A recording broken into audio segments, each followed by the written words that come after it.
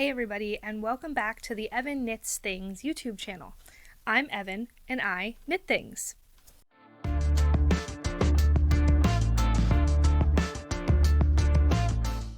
You can find me here on YouTube, also over on Instagram and Ravelry under the name Evan Knits Things.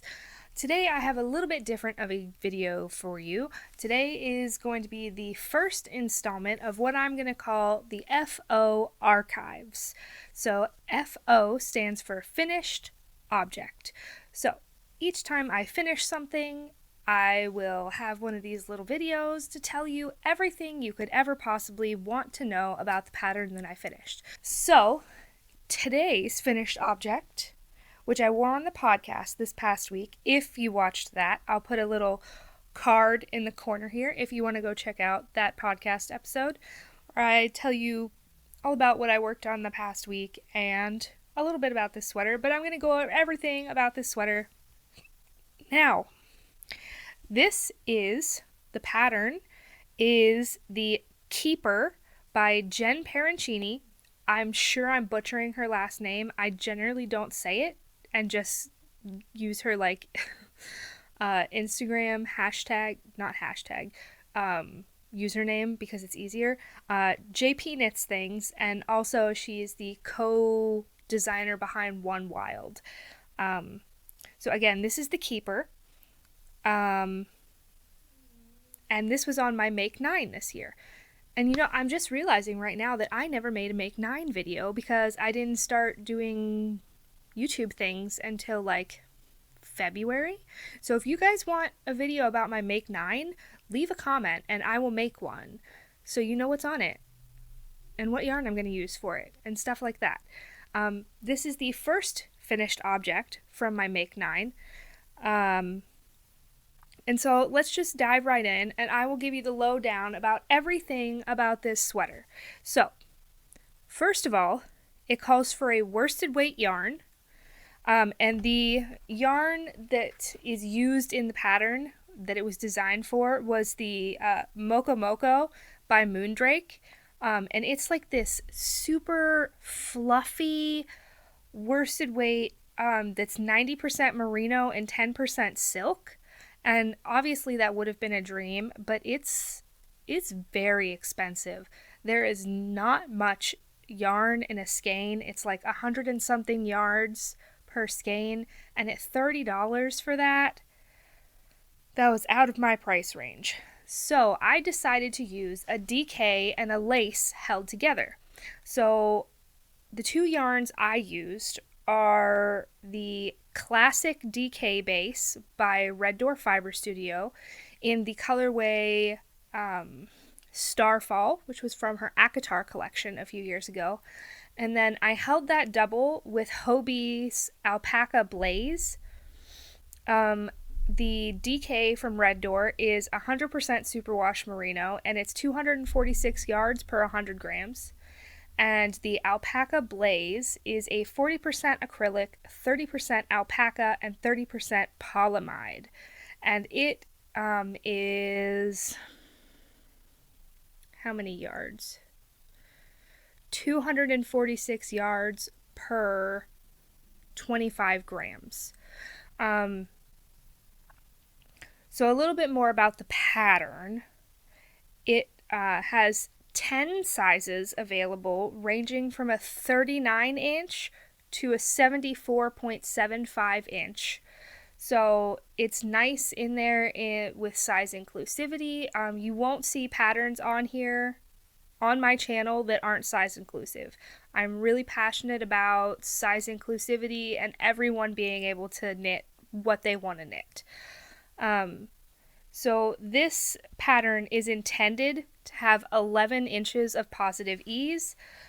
So when I say size inclusive, we're looking for up to a 60-inch bust with the ease included. So with that 11 inches of positive ease, we're looking for at least 60 or 71 inches as the top measurement. And this one goes up to 74.75, so primo. I did not knit this with 11 inches of positive ease. but I'll go into that in a second. Also available in this pattern, there are bust shaping instructions for if you have a larger bust, say compared to your waist. And there are 5 cup options for that, which is incredible. I didn't need any of them, but I love that it's in there, so you can get the perfectly tailored garment every time.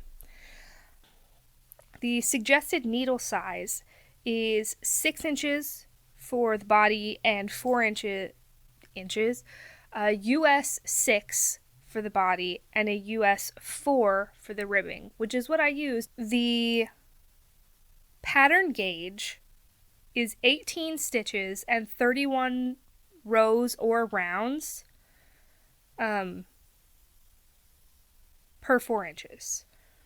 Now, this pattern you don't necessarily have to swatch for. You can use the pocket as your swatch. And I did that, and I knit the pocket for the size I thought I wanted to make, and my gauge was perfect. Like before blocking, my gauge was 20 stitches and 30 rows. But after blocking, it was 18 stitches and 31 rows, which is exactly what we looked for. And since it's a drop shoulder pattern, that means that the top half of this pattern is worked flat, and then you join in the round for the rest of the body. So I probably should have swatched for flat and in the round, but I didn't. So my gauge was right on for the pocket, but measuring my gauge now, in the actual project and not on the pocket, my gauge ended up being, where did I write that down? See, I have a lot of things on here. My gauge ended up being 17 stitches and 27 rows or rounds, which means that this isn't the size that I had intended to make, because here, I'll put a picture of the pattern on screen so you can see the shape of it in the sample that Jen made. The sample is really oversized width-wise and really cropped, and that's not really the vibe I was going for. I really wanted it to be oversized in the body, but not that oversized, and I wanted it to be long. I didn't want it to be cropped. I wanted this to be like an everyday, throw it on, I can wear it with whatever, it's going to be comfortable and cozy. So I really lengthened the body. So I made the size 3, which corresponded to a 47-inch bust. Now, my garment ended up being a 50-inch bust, but it's fine. So that's about 8 inches of positive ease for me. I have like a 42-inch bust-ish. It changes often. But so it's about 8 inches of positive ease for me, which is perfectly comfortable. It's still not as big as that 11, which is what I didn't really want to go for. Now, the measurement for the body from the underarm to the hem is supposed to be 6.25 inches. So it's supposed to be like super cropped. Mine is 13 inches. So I worked an extra 6 3/4 inches of the body. So it would be super cozy, and it's long. Because cropped I like for certain things, but I don't really like it for like daily around the house wear, which is what I wanted this for. Also, you saw in the picture that this pattern has a hood. Now, if you saw the podcast several weeks ago now, I'll put a card to that episode. But several weeks ago now, I knit the hood and I put the hood on, and I hated it.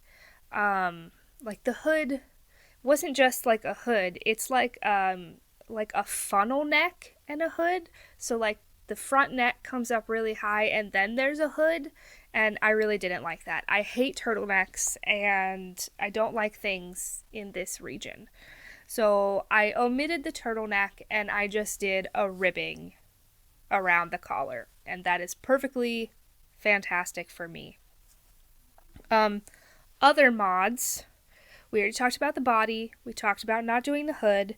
I also had to mod the sleeves because since my gauge was off, the shoulders come down further than expected in the pattern.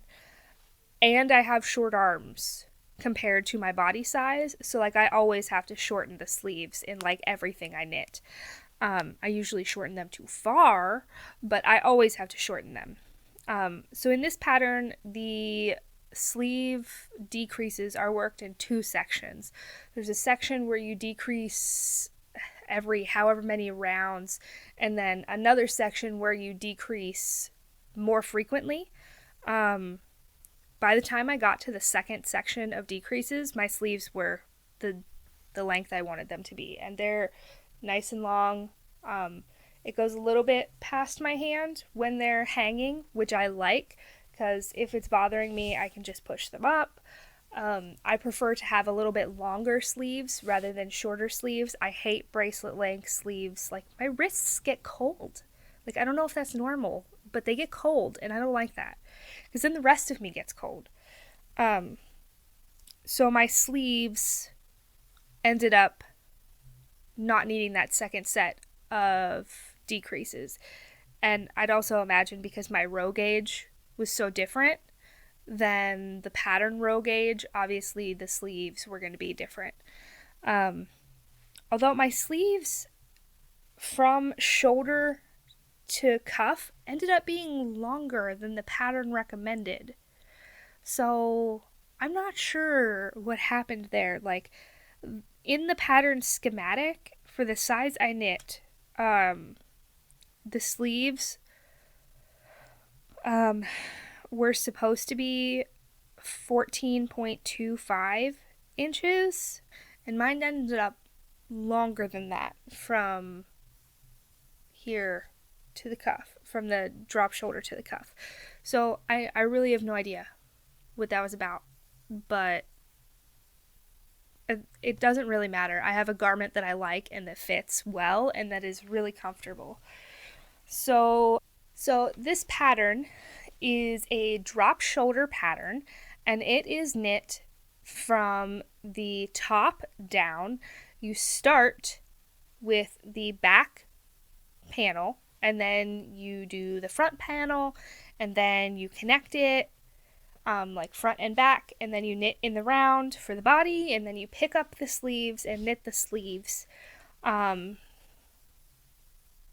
then before you get to the hem of like 8 rows before the hem, you connect your pocket by basically a 3 needle bind off, but you're connecting two things and not binding off. You're kind of just knitting together the live stitches from the pocket with the live stitches that you're currently knitting, and then you go back afterwards and sew on the top live stitches to the body, because you knit the pocket with a provisional cast on, and then you leave the stitches on hold, which was interesting. I didn't expect that. And you like just Kitchener stitch it on, which seems weird to not Kitchener stitch with 2 sets of live stitches, but it worked out fine. Would I recommend this pattern? Yes, I would. This pattern was really easy to mod. It was really easy to do what I wanted with it. And that's true of all of Jen's patterns. She is 100% for people modding and making a pattern their own, which I love about her designs. I would not necessarily say that this was a beginner-friendly pattern. It was relatively complicated at points. There is a lot of short row shaping. There's short row shaping in shaping the shoulders on both sides. There's short row shaping at the back of the neck. There's short row shaping on the top of the sleeves.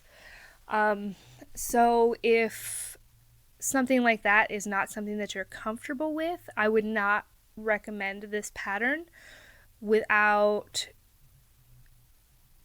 being willing to put in the time to try to figure it out. There are a lot of great videos here on YouTube about how to do short row shaping and why you're doing them where you're doing them. So I had originally swatched for this pattern in the Lion brand Go for Faux, which is like a faux fur looking yarn. It's really fuzzy. It's kind of like the Mocha Moco, but it's like acrylic. I had knit something in it previously, but I never wore it because the sizing was strange and it never stayed on my shoulders. It just fell off. It was like a cardigan thing, so I never wore it. So I reclaimed that yarn, frogging it, and I was like, that might make a really good keeper. However, it's like a bulky or a super bulky weight, and I couldn't get the gauge to work, so I didn't end up doing that, and I went with this instead, which is great.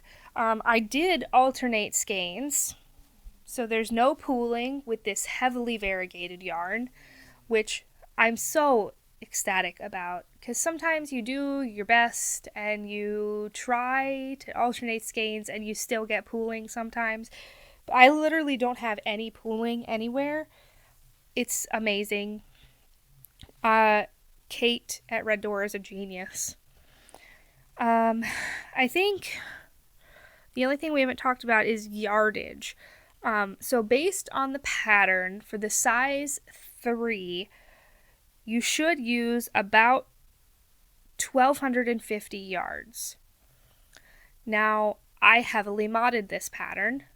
It ended up being bigger than 47 inches, and I added over 6 inches of length in the body. So I ended up using 1,476 yards, or literally every scrap of the 6 skeins of the DK that I had. I did not write down how many skeins of the Hobie I started with. I don't remember, but I think I used 4 balls of it, but I honestly don't know because I didn't write it down. But yeah, I literally used every scrap of the DK. Like, we were playing Yarn Chicken hardcore. I had like maybe 4 grams left over, which was crazy. So that'll be a fun, like, half a stripe in a pair of socks at some point. But yeah, I really liked this pattern. I don't know that I would knit it again, just because I already have this one. One complaint I do have. The pocket, I wish it was bigger. I wish the pocket was bigger. And I wish I would have placed it a little higher, because since I made the body so long, like, it's a little too low for me to use if I'm not sitting. So that's really my only complaint with this pattern. I mean, besides hating the hood. But that's just a personal preference. That's not anything wrong with the pattern. I'm sure plenty of people knit it and love the hood. I'm just not one of them. But yeah, I should have made the pocket higher, and I would have liked the pocket to be bigger. So the pocket size does change depending on the size garment that you're knitting. Whether size 1 or 10, the pocket is different. So I wish I would have gone up a couple sizes for the pocket, but I'm not going to do anything about it. I probably wouldn't, like, put anything in the pocket, just because I wouldn't want to stretch it out. But yeah, I really like this sweater. Let me look at my chart for how often I've worn it since I finished it. Oh, another thing. I cast this on February 3rd, and I finished it on April 9th. So, not too long. Like 2 months. I felt like it was on the needles for forever, but it wasn't. Oh, that's why. Because I swatched for it in January, but then I didn't cast it on until February. So I did the pocket in January, but didn't actually cast on the body until February.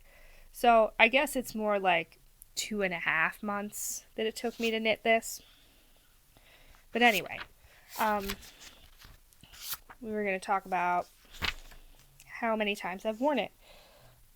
Since I finished it on the 9th and I blocked it that day, I was like on top of it, man. I hate blocking things. I don't know why, but I do. It's really not that big a deal. It doesn't take that much actual time, but I hate it. So I finished it on the 9th, and it was dry the morning of the 10th. So I wore it the 10th, I wore it the 11th, I wore it the 12th, I wore it the 13th, I wore it the 14th, I wore it the 15th, and then I wore it on the 21st, because in there it got too warm. Since this is a merino alpaca wool blend, it is warm. So if it's above like 50, I'm not going to be wearing this because I'll die. So I wore it 1, 2, 3, 4, 5, 6, 7 times, and now 8 times since the 10th. And it is the 24th for me. So it's already gotten a lot of wear. I anticipate this getting put in my little sweater cubby probably until fall, relatively soon here. Like there will be a few cold days between now and then,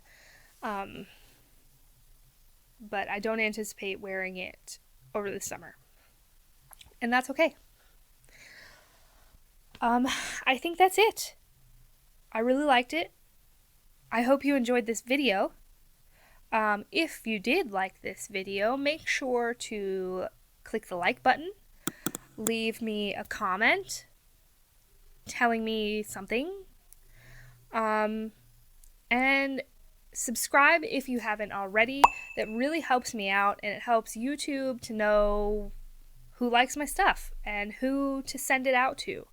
So I would really love to hit 100 subscribers by my birthday, which is May 9th. I believe we're hanging out around like 85-ish. I would really, really appreciate and really love to hit that 100 mark. So if you haven't subscribed, please do so if you liked this video, and definitely go follow me over on Instagram for more kind of content like this. I'll be posting all of the pictures for this sweater in the next week or so. So definitely go check that out, and I hope to see you back here again next time. Okay, bye!